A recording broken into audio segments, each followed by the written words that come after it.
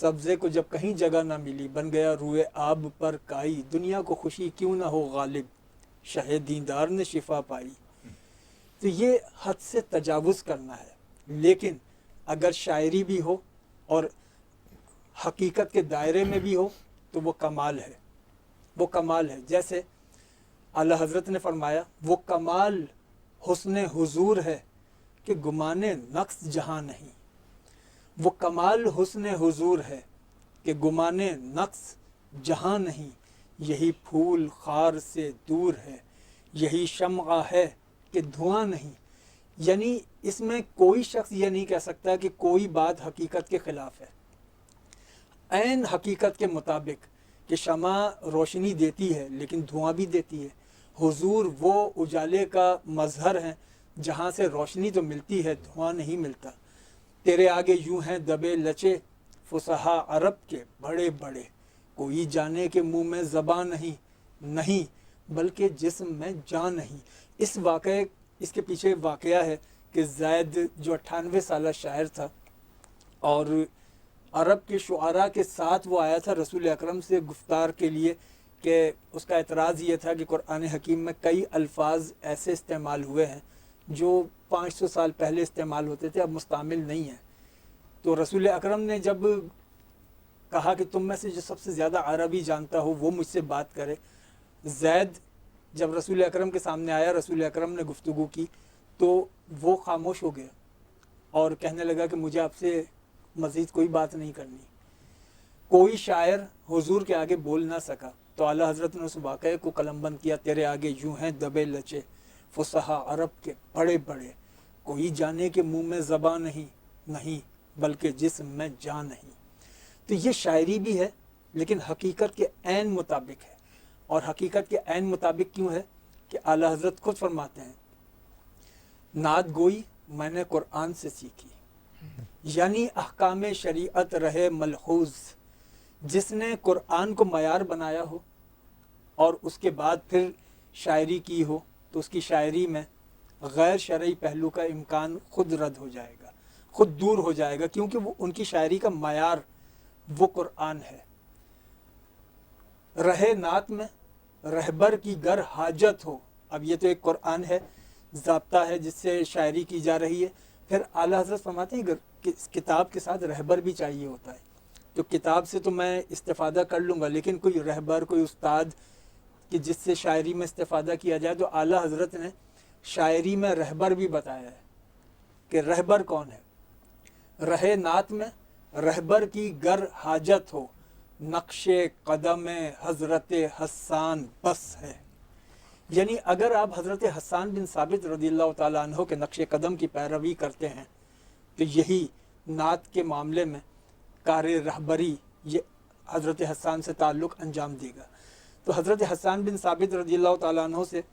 اعلیٰ حضرت نے خود استفادہ کیا، اور اعلیٰ حضرت نے خود یہ کہا کہ میں نے قرآن سے نعت گوئی سیکھی اور رہے نعت میں حضرت حسان کی پیروی کی۔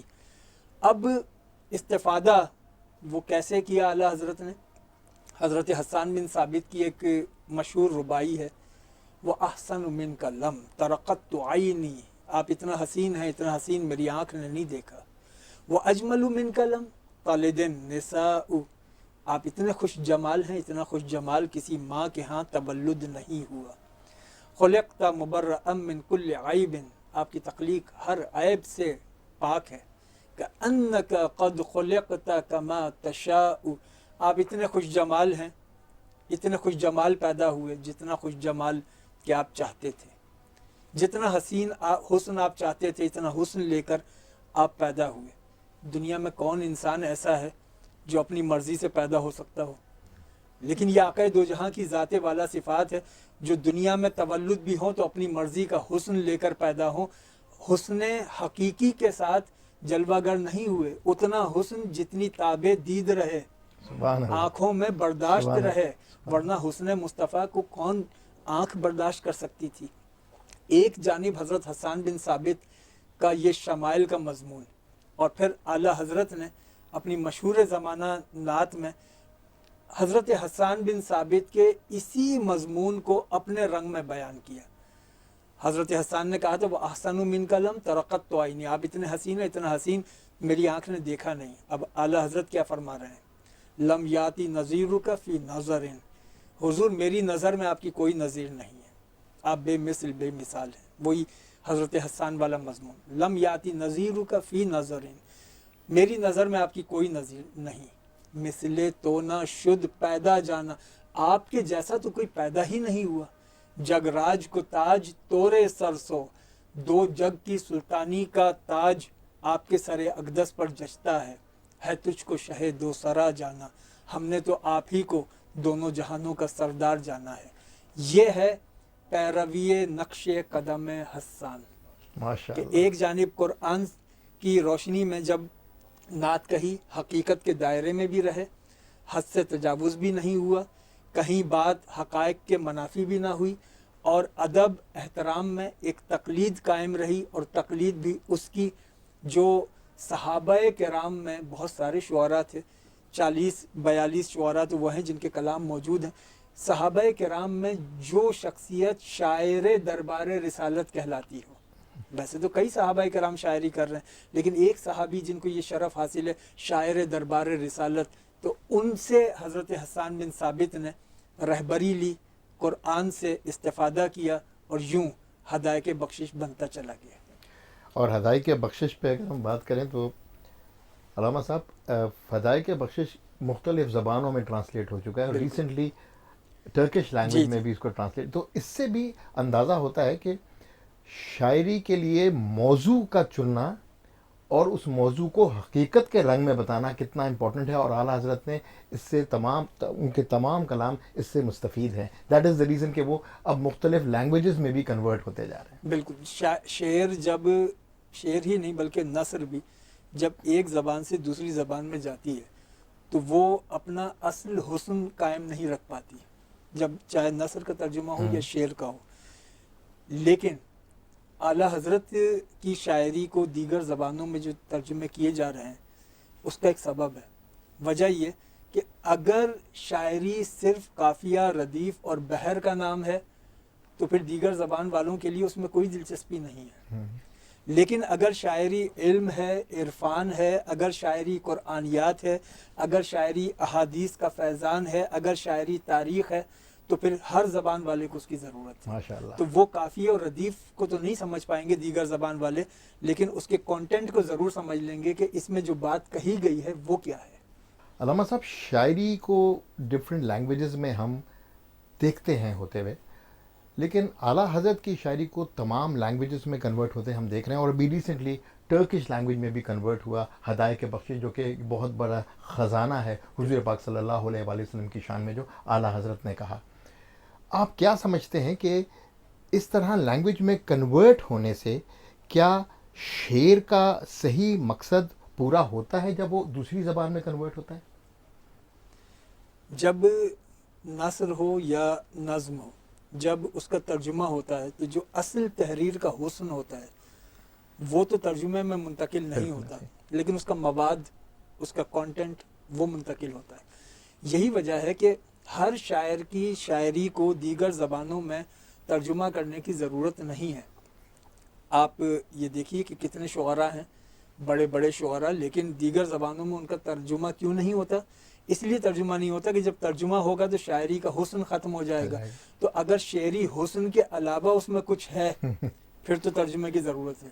اور اگر شعری حسن کے علاوہ کچھ بھی نہیں ہے تو پھر ترجمے کی ضرورت نہیں ہے۔ اعلیٰ حضرت کے ہاں شعر مقصد نہیں ہے، شعر حصول مقصد کا ذریعہ ہے، ماشاءاللہ۔ لہٰذا اعلیٰ حضرت شاعری کو ذریعہ تبلیغ بناتے ہیں، شاعری کے ذریعے کوئی فکر، کوئی بات، کوئی پیغام وہ منتقل کرتے ہیں۔ اس لیے اعلیٰ حضرت کے تراجم دیگر زبانوں میں ہوں وہ ضروری ہے، کیونکہ اس میں صرف شاعری نہیں ہے بلکہ ایک فکری مواد ہے جو دیگر زبانوں کے ذریعے وہ کانٹینٹ منتقل ہونا چاہیے، کیونکہ اعلیٰ حضرت کہیں قرآنیات پر بات کر رہے ہیں، کہیں حدیث پر بات کر رہے ہیں، کہیں تاریخ پر، کہیں فلسفے پر، اور پھر اعلیٰ حضرت کہیں اجرام فلکی پر کلام کر رہے ہیں، کہیں فلکیات موضوع ہے، کہیں ارضیات موضوع ہے۔ جہاں اتنی ڈائیورسٹی ہو، اتنا تنوع ہو، تو اس کلام سے ضروری ہے کہ دیگر زبان والے بھی استفادہ کریں، صرف اردو والے اس خزانے کو اپنے تک محدود نہ رکھیں. ادارہ تحقیقات امام احمد رضا خان میں جو کام ہوتا ہے وہ نہ صرف ان چیزوں کو اکٹھا کر کے کسی سمرائز فارم میں نکالتے ہیں، بلکہ ان چیزوں کا صحیح آڈینس تک پہنچانا بھی اب ہم نے الحمدللہ شروع کر دیا ہے، اور یوزیج ہو رہا ہے سوشل میڈیا کا. آج جو موضوع سخن تھا اور علامہ صاحب سے جو میں نے ساری بات چیت کی، اس کی وجہ یہ تھی کہ یہ اکثر ڈسکشن میں آتا ہے ہمارے کمنٹس میں کہ شاعری تو قرآن مذمت کرتا ہے اور ہم اعلیٰ حضرت کی شاعری کی بات کرتے ہیں. تو علامہ صاحب بہت بہت شکریہ آپ کا، نے جس خوبصورتی سے اس کی وضاحت کی ہے شاید اور کوئی اس طرح نہ کر پاتا. میری سعادت. اعلیٰ حضرت کے کلام سے، اعلیٰ حضرت کی تعلیمات سے اگر آپ نے جڑے رہنا ہے تو اس چینل کو ضرور سبسکرائب کریں. جتنے زیادہ سبسکرپشن آئیں گی ہمارے پاس، اتنا ہی زیادہ ان موضوعات پہ ہم بات کر سکتے ہیں جو آپ سننا چاہتے ہیں. السلام علیکم ورحمۃ اللہ وبرکاتہ.